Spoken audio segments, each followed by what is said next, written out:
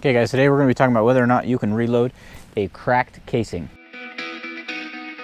So I got all these casings. These have between like 50 and 60 reloads on them, and these ones have like 25 or 30. And here's one that's reloaded up, and I'm going to reload all these, and we're going to see what happens when you reload casings that already have sidewall failures. Also, just note, I don't recommend you do this. Throw it in your scrap brass bin.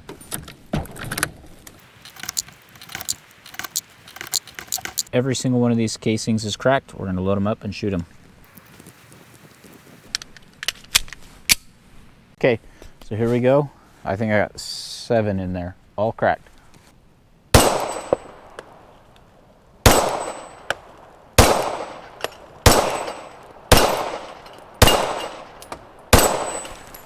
Everything cycled. Okay guys, so there you have it. You can kind of see these. These are the cracked ones. I collected them all.